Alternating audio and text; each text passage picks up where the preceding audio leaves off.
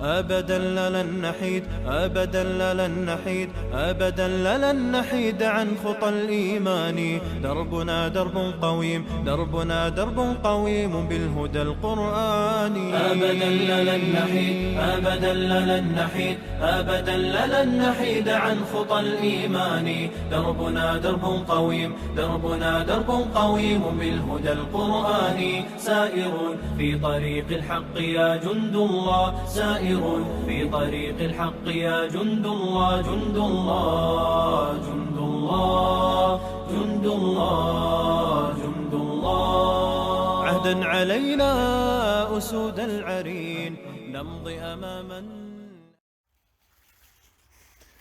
Assalamu alaikum wa rahmatullahi wa barakatuh. Paix sur ceux qui suivent la guidée. Paix et bénédiction sur le prophète sallallahu alayhi wa sallam, sur ses compagnons, ses amis, sa famille, ainsi que sur tous ceux qui le suivront de bonne foi jusqu'au jour du jugement. Aujourd'hui, je voudrais m'attarder sur un aspect plus basique, mais important de la psychologie humaine et la foi des musulmans, etc. Souvent on entend, c'est la réflexion que je me suis faite aujourd'hui en observant les gens autour de moi à la mosquée, etc. Souvent on entend les musulmans doivent s'instruire, ils sont ignorants, ils n'ont pas de science, d'où le fait qu'ils sont dans un islam coutumier, culturel, etc.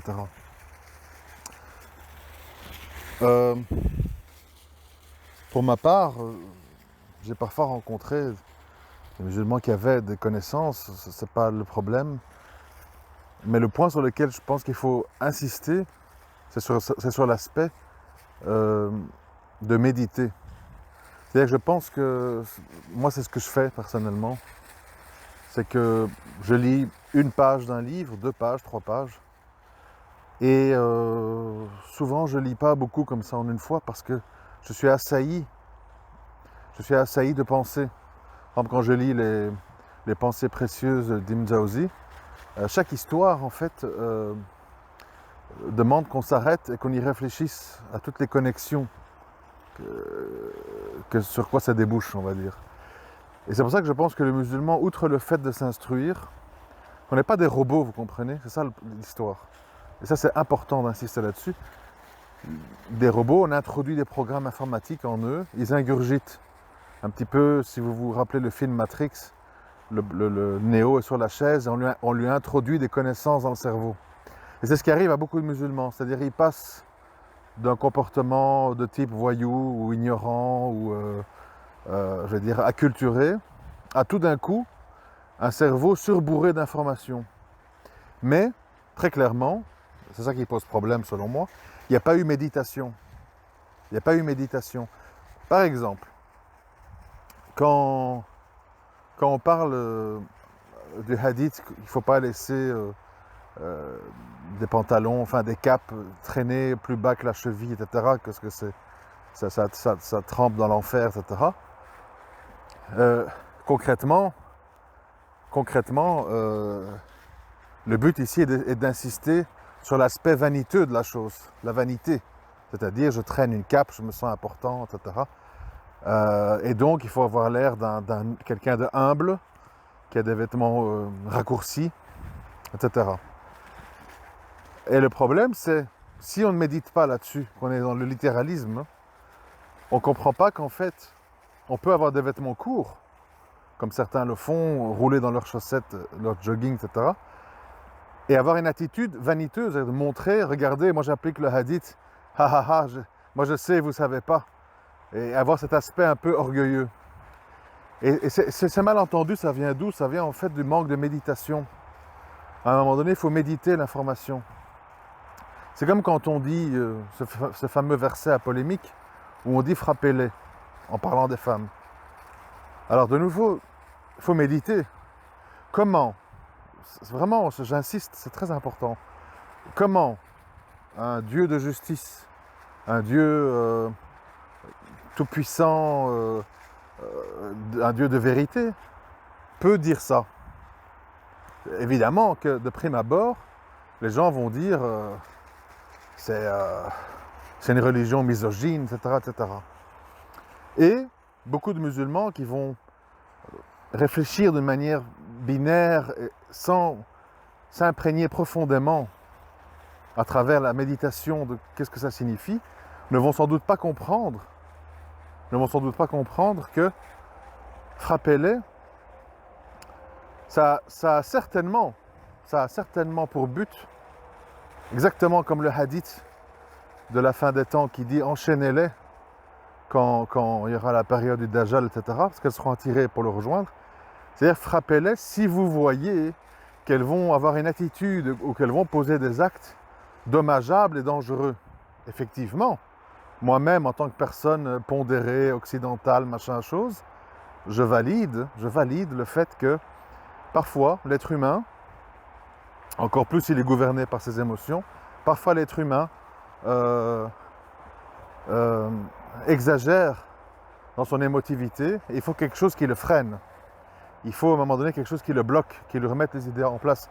D'ailleurs, il y a une expression en français, on dit il faut lui mettre une bonne claque. C'est-à-dire, à un moment donné, quand quelqu'un s'emballe, déconne complètement et peut devenir dangereux, prendre un couteau, jeter une voiture sur un arbre, se suicider, il vaut mieux lui mettre une bonne claque.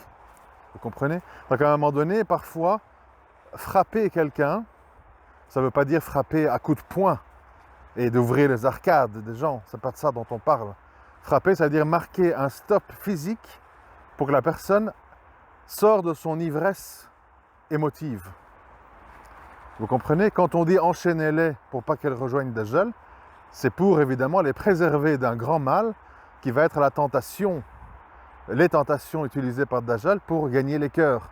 Je vais sauver ton fils de la maladie, je vais ramener ton père, je vais ramener ta mère de la mort, etc. Pour peu que la personne soit faible et émotive, elle tombe. Donc, enchaînez-les. C'est-à-dire qu'en islam, c'est ça que souvent, moi, je veux que les non-musulmans comprennent ça. Ou les gens qui sont opposés à l'islam, comprendre qu'en islam, même ce qui paraît rude, ce qui paraît injuste, ce qui paraît sévère, ce qui paraît opposé aux droits de l'homme, etc., c'est parce qu'il y a une sagesse derrière.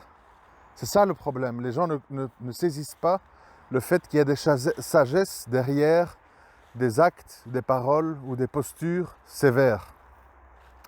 D'ailleurs, tout le monde le sait. Combien de fois j'ai entendu autour de moi des personnes âgées dire « Ah, la jeunesse, elle est foutue. Avant, il y avait au moins le service militaire. Il leur faudrait une bonne guerre. » Soyez honnêtes, parce que bon, moi j'entends tout ça, et comme je n'ai pas l'air d'être musulman, les gens se livrent, ils parlent librement. C'est des choses qu'on entend.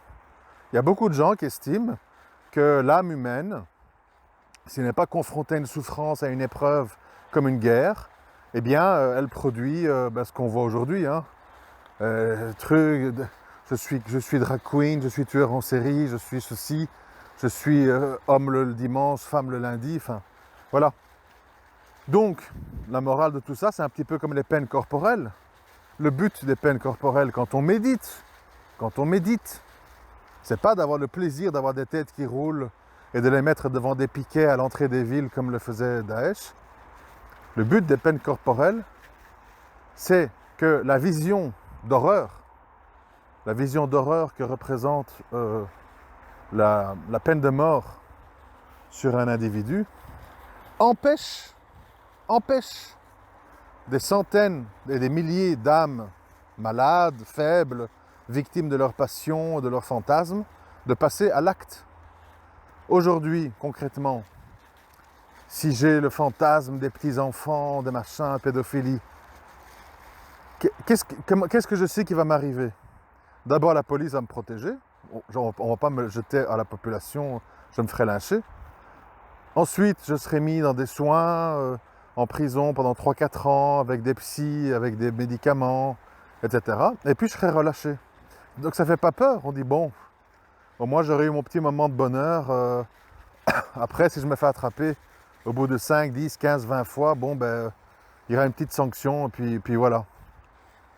Mais croyez-moi bien que si vous avez des tendances pédophiles, et vous voyez que ceux qui sont attrapés sont décapités au sabre en public avec toute la vision d'horreur que ça accompagne, ça va freiner bien des fantasmes, bien des envies passagères. Parce que l'islam, évidemment, c'est normal, en tant que religion de vérité, accepte l'idée que l'âme humaine est faible et elle est corruptible.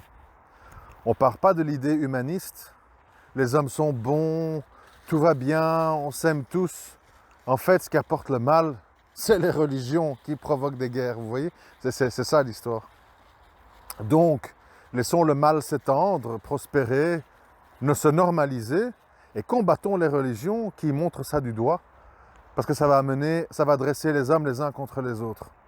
C'est un peu comme quand on me dit « Ah, monsieur Abou Rayyan, avec vos audios, certes, c'est pas des appels au terrorisme, c'est pas des appels à la violence, etc. Mais quand même, c'est un peu radical, hein, parce que c'est une certaine forme d'appel à la haine. »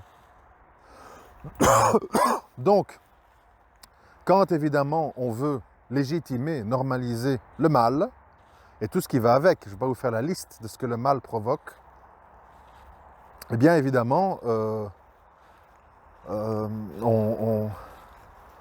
on est hostile à toute idéologie qui va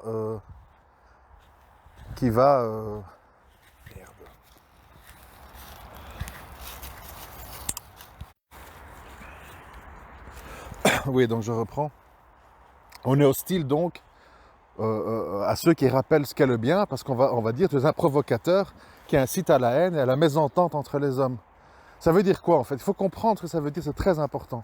Ça veut dire que si vous avez 10 Français, 10 Belges qui vont au bar, et qui boivent des bières et qui rigolent, et dans le lot, qui va se battre, qui va violer une fille, qui va se tuer en voiture, etc.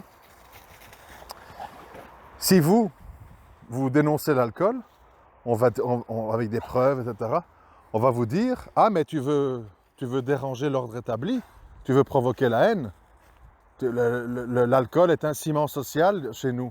C'est ce qui permet aux hommes de décompresser après une semaine de dur travail, etc. » Et donc, vous allez être montré du doigt comme la personne en fait qui provoque des troubles. Vous comprenez?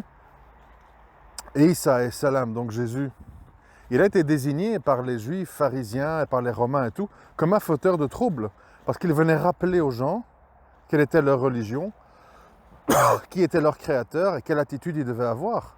Et qu'ils ne devaient pas être des marchands du temple qui monnayaient la parole de Dieu et qui jouaient avec les lieux sacrés, etc. Donc, tout ça, de nouveau, est interconnecté. Ensuite, la deuxième problématique que rencontre l'être humain, au-delà de l'ignorance et le manque de méditation, c'est le problème de l'orgueil. Le problème de l'orgueil. Alors, le problème de l'orgueil, ça se résout comment? Parce que c'est un problème terrible chez l'être humain, le problème de l'orgueil. Le problème de l'orgueil, ça peut se résoudre de nouveau par la méditation, par la réflexion profonde. Et quand on réfléchit profondément, qu'est-ce qu'on réalise? On réalise que nous sommes des êtres qui sommes dans un état de grande dépendance et qui sommes extrêmement faibles. C'est-à-dire que comme des animaux, quand nous devons uriner ou aller aux toilettes, nous sommes désemparés, on cherche un lieu où nous cacher pour pouvoir nous soulager. Quand on a la migraine, on ne sait plus réfléchir, on se tient la tête entre les mains, on est accablé. On mange un aliment un peu périmé, un champignon ou quelque chose qui ne convient pas. On se retrouve avec une indigestion, etc. Bon, c'est-à-dire que toute une série de détails nous font tomber de notre piédestal très facilement. Une piqûre d'un moustique dans notre chambre la nuit, on ne sait pas dormir, on tourne, on le cherche. Les exemples sont évidemment à l'infini. C'est des exemples à l'infini. Et donc, alors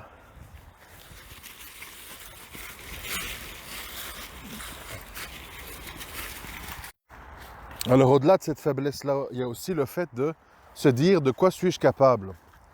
Alors comme je l'ai déjà dit dans des audios, l'humain se croit en grande capacité en fait de choses, capable de grandes choses. Alors qu'au final, nous savons donc, oui, construire des voitures, etc., des fusées, tout ce que vous voulez, Mais au final, on ne sait même pas,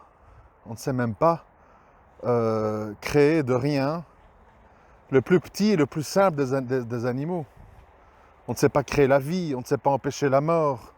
C'est-à-dire que les grandes choses importantes, on ne sait pas les faire. On ne sait pas les faire. Aujourd'hui, on nous parle d'énergie électrique, les voitures électriques, etc., etc.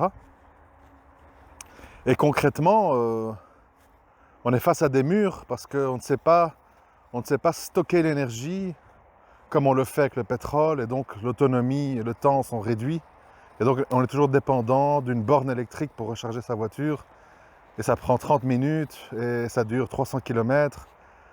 Donc on est confronté en tant qu'humain à toutes sortes de limites. Des limites qu'on repousse avec le progrès, avec la technologie, avec l'intelligence des hommes. Mais des limites. Et quand on résout un problème, il y en a deux autres qui arrivent.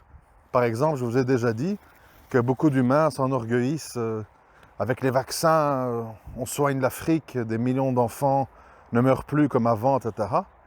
Et puis ils ne voient pas qu'à cause de cette surnatalité, eh bien, il y a de plus en plus de bidonvilles avec des pauvres, avec des gens qui veulent partir en Europe, parce qu'ils vivent les uns sur les autres, des guerres ethniques, Boko Haram et compagnie.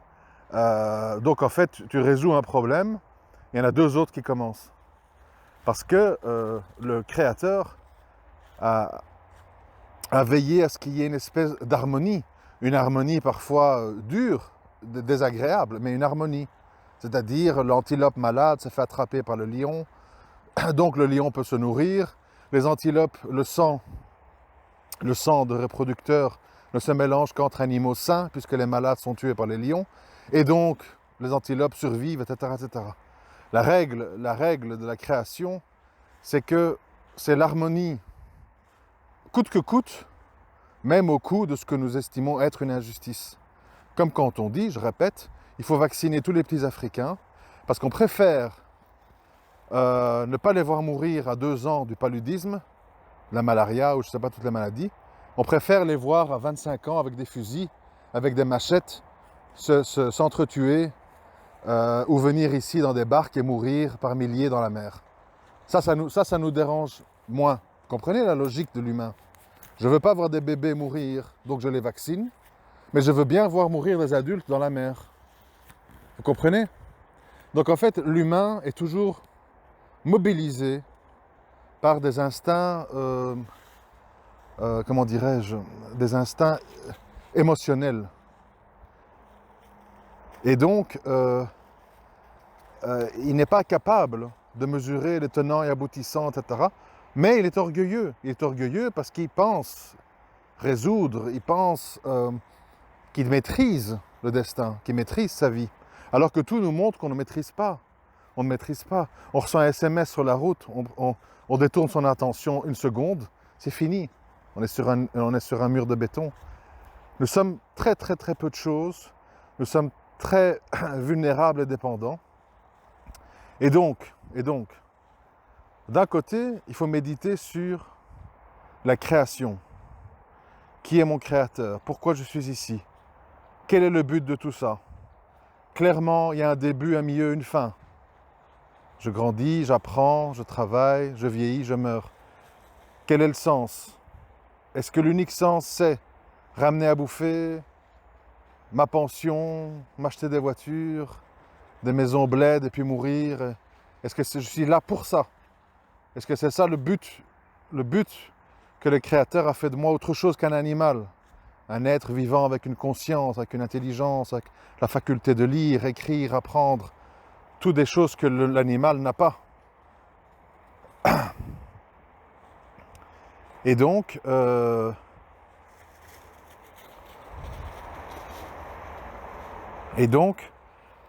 si on médite sur tout ça, et puis on médite sur qui nous sommes, à ce moment-là, on peut devenir des croyants conscients, intelligents et humbles. Parce que le problème, c'est que s'il manque un des trois, on va dire que le pire, c'est l'orgueil. Ça, c'est sûr et certain, parce que l'orgueil, ça bloque toutes les portes, ça empêche toute une série de réflexions, etc. Mais si on est ignorant, si on ne médite pas une fois avoir appris pour être un savant sage, pas un savant orgueilleux ou robotique, et si on ne combat pas son orgueil en tout le temps se rappelant « je ne suis qu'un tas de viande », après ma mort, l'odeur d'un cadavre humain, d'après ce que les gens disent, est la pire odeur au monde. L'odeur, votre odeur quand vous êtes mort, c'est la pire odeur au monde. Si vous pensez que ce monde c'est grand chose, je l'ai déjà dit, ouvrez votre sac poubelle, mettez votre tête dedans. Après une journée de marche, mettez votre main entre votre cuisse et vos parties génitales et sentez l'odeur qui s'en dégage. Restez sans couper vos ongles pendant 2 semaines, regardez dans quel état sont vos mains. Nous sommes une poubelle ambulante, un peu comme un SDF, qu'Allah nous préserve.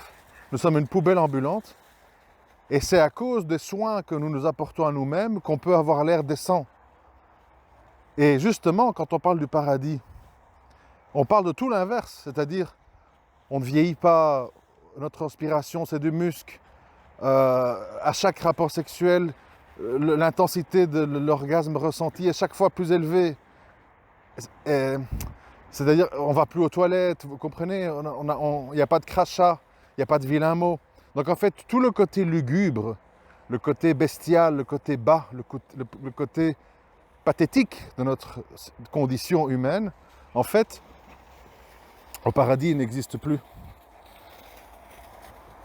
Mais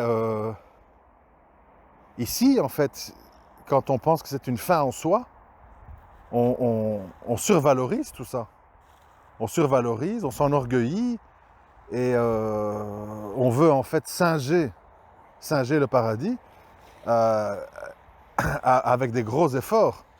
Des crèmes anti-rides, des parfums, des lissages brésiliens, des épilations, des bancs solaires, des ongles en plastique, je ne sais pas tout quoi. Enfin, on lutte pour ne pas, pour oublier notre condition, pour oublier en fait qui nous sommes, c'est-à-dire des êtres, des poubelles, je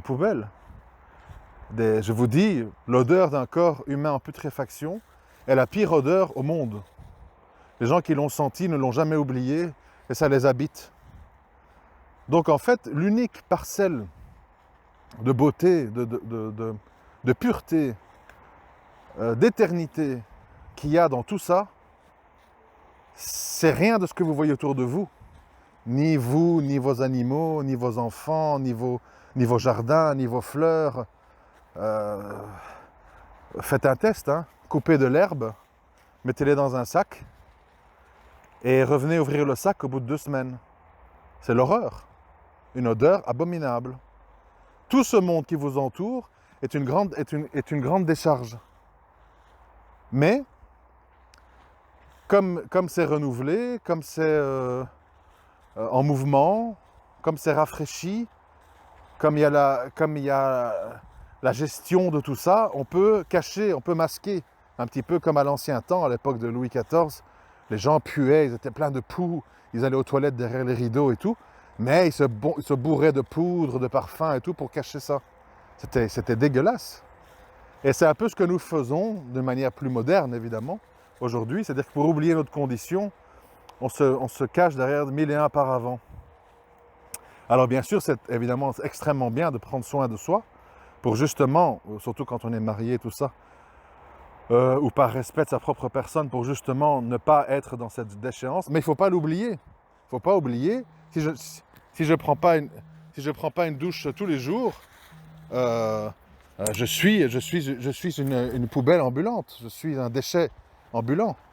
Donc sentir cette dépendance qu'on a à combattre en fait la réalité des choses. Enfin bref, je me répète, je m'excuse parce que je me laisse un peu aller. Tout ça pour dire que le front, le combat que nous devons mener, ils sont multiples. On doit combattre notre ignorance, ça c'est la science. On doit combattre la science sans sagesse, donc il faut méditer, il faut penser, il faut parfois être dans le silence. Ça ne sert à rien d'être dans le bruit et ingurgiter des livres les uns après les autres. On devient des perroquets, des robots, on est désagréable, on n'a pas de sagesse, etc. Et puis, il faut rentrer dans le grand combat qui est le combat contre l'orgueil. Quand on pense qu'on est quelque chose d'important, alors qu'on est tous destinés à être clairement en fait des tas de viande bouffés par les vers dans un trou. Donc oublier ça, c'est légitime, mais il faut faire attention parce que si on commence à croire, on contrôle tout, on comprend tout, l'humain est capable de tout, on rentre dans le transhumanisme et tout ce qui va avec, qui est en fait une forme de shirk, puisque l'humain, l'homme-dieu, hein, Homo Deus, le fameux livre de M. Harari, le juif homosexuel philosophe, qui est très intelligent d'ailleurs, qui a écrit des livres pour préparer à l'homme-dieu. Voilà. Et nous les musulmans, on doit faire attention. On doit faire attention à nos connaissances, à la sagesse, à l'humilité, parce que sinon, tout savant qu'on soit, tout musulman qu'on soit, toute prière que nous faisons, toute mosquée que nous construisons, malheureusement, on va rater le principal, qui est de préserver la pureté de notre âme au milieu de ce monde en décomposition et en putréfaction. Je vous remercie de m'avoir écouté.